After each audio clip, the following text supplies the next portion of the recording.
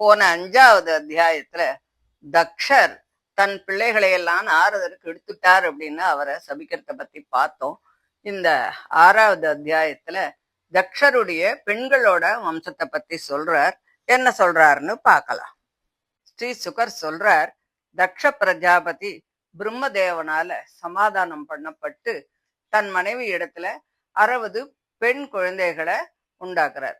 அவ எல்லோரும் அவ அப்பா கிட்டக்க ரொம்ப அன்பு உடையவா. அந்த 60 பேர்ல தர்மருக்கு 10 பொண்ணையும், கஸ்ய பிரஜாபதிக்கு 13 பெண்களையும், சந்திரனுக்கு 27 பெண்களையும், ருத்ரன், அங்கிரஸ், கிருசாஸ்வர் இவாளுக்கெல்லாம் 2 பொண்களையும், தார்ஷன் என்ற பெயரை கொண்ட கஸ்யபருக்கு மற்ற பெண்களையும் கல்யாணம் பண்ணி கொடுக்கிறார். இந்த தக்ஷரது பெண்களுடைய பெயர்களையும் அவளுடைய குழந்தைகளுடைய பெயர்களையும் எல்லாம் ஒன்னொன்னா சொல்லிட்டு வர்றார். தக்ஷருடைய பெண்களினுடைய சந்ததியாலத்தான் 3 லோகங்களும் நிறைஞ்சு இருக்கு. தர்மருடைய பத்னிகள் 10 பேரு. அவள்லாம் பானு, லம்பை, ககுபு, ஜாமி, விஸ்வை, சாத்யை, மருத்வதி, வசு, முகூர்த்தை, சங்கல்பை அப்படின்னு 10 பேரு. அதுல பானுக்கு வேதன், ருஷபன் அப்படின்னு 2 பிள்ளைகள். அதுல ருஷபனுடைய பிள்ளை இந்திரசேனன், லம்பையோட பிள்ளை வித்யோதன், அவனோட பிள்ளை ஸ்தனயுத்னு, ககுபுவோட பிள்ளை கீக்கடன், அந்த கீக்கடனோட பிள்ளை சங்கடன், ஜாமியோட புள்ள பூமியில் உள்ள துர்க்கங்களுக்கெல்லாம் அபிமானி தேவதைகள். அவளுக்கு சொர்க்கன் அப்படின்னும் நந்தி அப்படின்னும் 2 பிள்ளைகள். விஸ்வையின் பிள்ளைகள் விஸ்வதேவர்கள். அவளுக்கு குழந்தைகள் இல்ல அப்படின்னு சொல்றா. சாத்தியின் பிள்ளைகள் சாத்தியர் என்ற தேவகணங்கள். அவளோட பிள்ளை அர்த்தசித்தன். மருத்வதிக்கு மருத்வான், ஜெயந்தன் அப்படின்னு 2 பிள்ளைகள். ஜெயந்தன் பகவானுடைய அம்சம். இவனை உபேந்திரன் அப்படின்னு சொல்றா. அப்புறம் முகூர்த்தை, இவளுக்கு மௌத்திகர் அப்படின்னு சொல்ற தேவகணங்கள்லாம் பொறுக்கிறா. இவர்கள் முகூர்த்த அபிமானி தேவதைகள். அந்தந்த முகூர்த்தத்துக்கு உண்டான சுகதுக்க பலன்களை எல்லாம் பிராணிகளுக்கு கொடுக்கிறா. சங்கல்பையனுடைய பிள்ளை சங்கல்பன், அவனோட பிள்ளை காமன். வசுவோட பிள்ளை அஷ்டவசுக்கள். துரோணன், பிராணன், திருவன், அர்கன், அக்னி, தோஷன், வசு, விபாவசு என்ற 8 பேரு. இந்த துரோணனுடைய பத்னிக்கு அபிமதி அப்படின்னு பேரு. ஹர்ஷன், சோகன், பயன் இவாள்லாம் அவளுடைய குழந்தைகள் தான். பிராணனுடைய மனைவி ஊர்ஜஸ்வதி, சகன், ஆயு, புரோஜவன் இவாள்லாம் அவளுடைய பிள்ளைகள். துருவனுடைய பாரியை தரணி, அவள் பல வகையான பட்டணங்களினுடைய அபிமானி தேவதைகளை தன் குழந்தைகளாக அடைஞ்சா. அர்கனுடைய பாரியை அச்சனை, தர்ஷன் முதலியவர்கள் அவளோட குழந்தைகள். அக்னியோட மனைவி வசுதாரை, அவளுடைய பிள்ளை திரவிணகன். ஸ்கந்தன் அக்னிக்கு கிருத்திகை இடத்துல பிறந்தவன். விசாகன் முதலியவர்கள் அந்த ஸ்கந்தனுடைய பிள்ளைகள் தான். தோஷனுடைய பாரியை சர்வரி, அவளோட பிள்ளை சிம்சுமாரன், அவன் பகவானுடைய அம்சம்.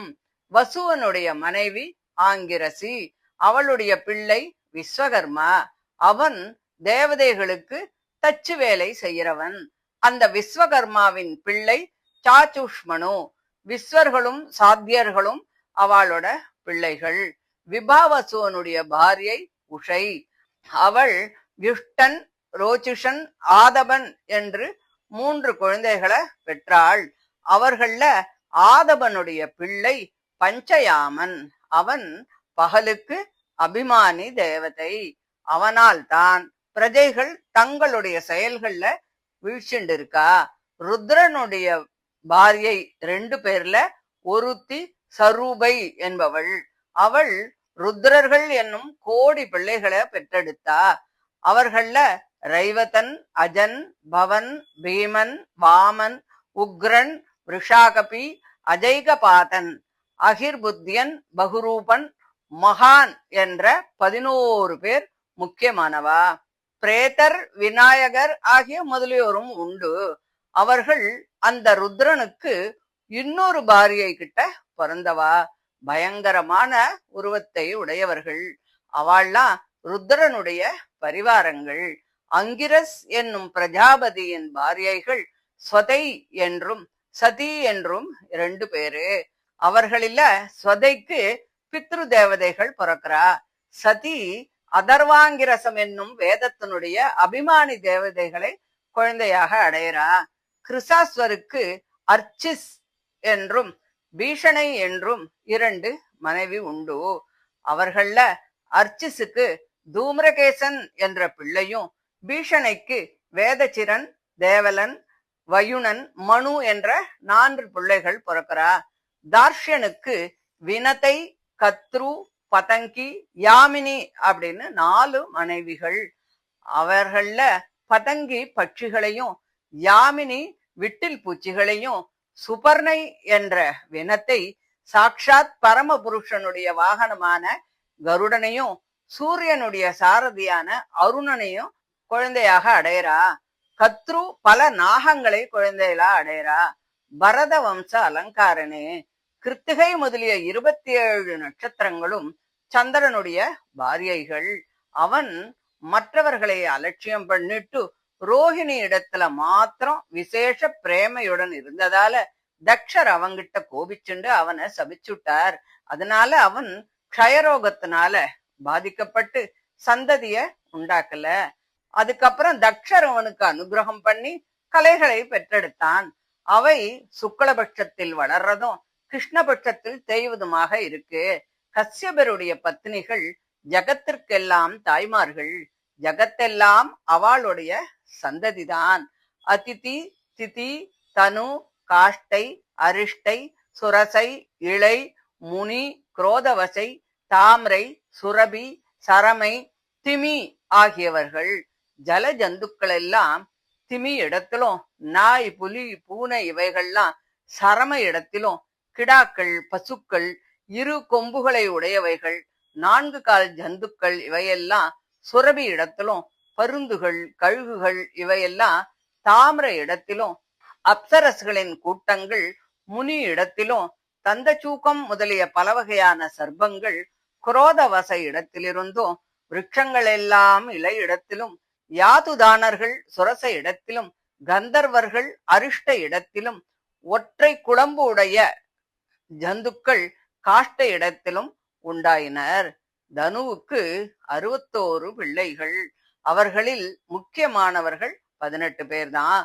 த்விமூர்த்தன், சம்பரன், அரிஷ்டன், ஹயக்ரீவன், விபாவசு, அயோமுகன், சங்குசிரஸ், சொர்பானு, கபிலன், அருணன், புலோமன், ரிஷபர்வன், ஏகசக்கரன், சுதாபனன், தூமரகேசன், விரூபாக்ஷன், விப்ரசித்தி, துர்ஜயன் ஆகியவர்கள்.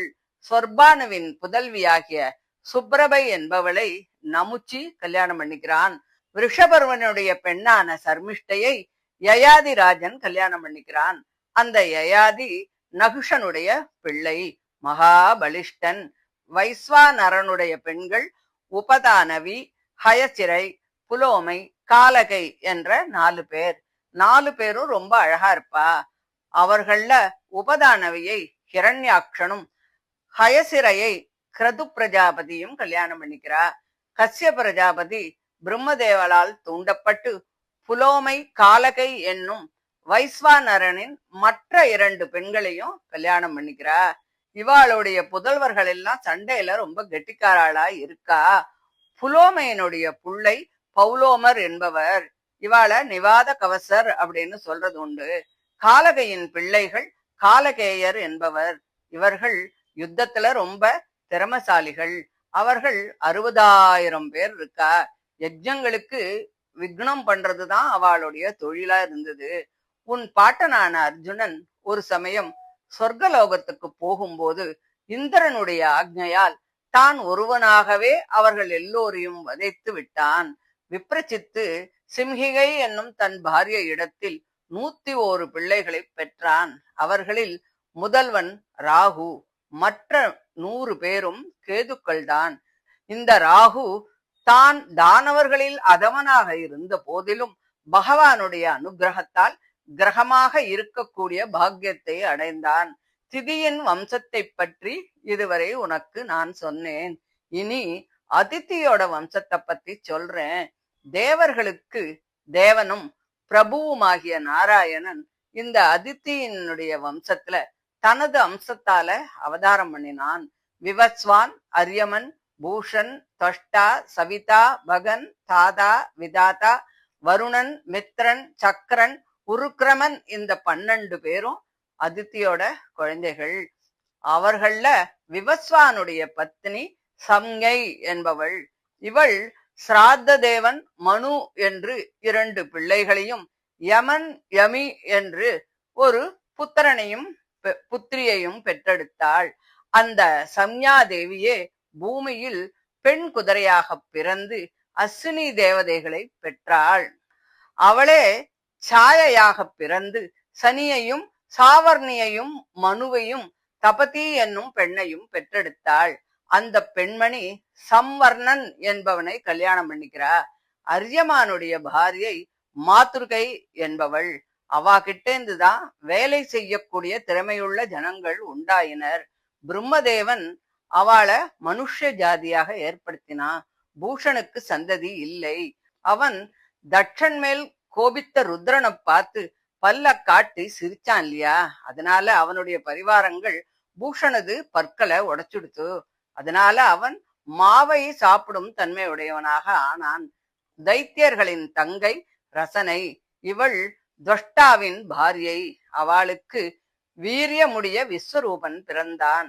முன்பு ப்ரஹஸ்பதி தேவதைகளால் அவமதிக்கப்பட்டு அவர்களை துறந்தார். அப்பொழுது தேவதைகள் இவன் நமது சத்துருக்களாகிய தைத்தியர்களின் மருமகன் என்பதையும் கூட பாராமல் இந்த விஸ்வரூபனை தனக்கு புரோகிதனாக வரித்தார்கள் என்று சொல்லி இந்த 6வது அத்தியாயத்தை முடிக்கிறார்.